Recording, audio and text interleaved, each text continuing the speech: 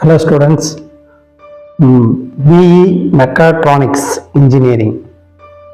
இது என்ன அப்படின்னா இப்போ பிஇயில் மெக்கானிக்கல் இன்ஜினியரிங் இருக்கும், எலக்ட்ரிக்கல் அண்ட் எலக்ட்ரானிக் இன்ஜினியர் இருக்கும், அதே மாதிரி கம்ப்யூட்டர் சயின்ஸ் இன்ஜினியரிங் இருக்கும். இப்போ இந்த மெக்காட்ரானிக்ஸ்ன்றது mechanical engineering, electronics engineering and computer science engineering, இந்த மூணோட பாடம் கொலாபரேஷன் தான் மெக்காட்ரானிக்ஸ். இது ஒரு நல்ல கோர்ஸு, மல்டி பர்பஸான ஒரு கோர்ஸு. இதை நீங்கள் தாராளமாக எடுத்து படிக்கலாம். நல்ல வேலைவாய்ப்பு உண்டாகக்கூடிய ஒரு பொருள், ஒரு சப்ஜெக்டு.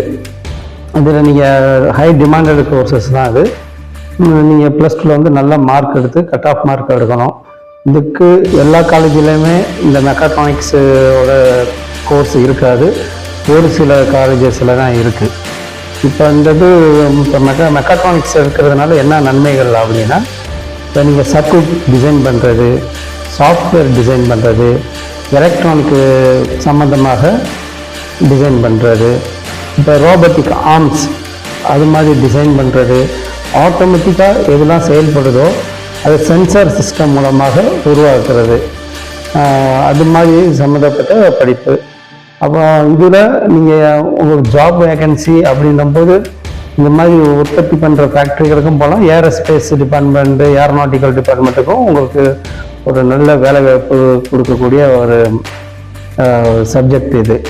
நீங்கள் தைரியம் எடுக்கலாம், நல்ல கோர்ஸ் தான். நீங்கள் ஆனால் கட் ஆஃப் மார்க் இது கம்ப்யூட்டர் சயின்ஸ் இன்ஜினியரிங்கோ, மெக்கானிக்கல் இன்ஜினியரிங்கோ, எலக்ட்ரிக்கல் அண்ட் எலக்ட்ரானிக் இன்ஜினியரிங், இதை காட்டியுமே இதுக்கு கட் ஆஃப் மார்க் அதிகமாக தேவைப்படும். ஏன்னா டிமாண்டட் கோர்ஸு. இன்னொன்று என்ன, மல்டி பர்பஸ், அதாவது மெக்காட்ரானிக்ஸ்ன்றது உங்களுக்கு மல்டி பர்பஸாக செயல்படுறதுனால கொஞ்சம் டிமாண்டட் கோர்சஸ் தான்.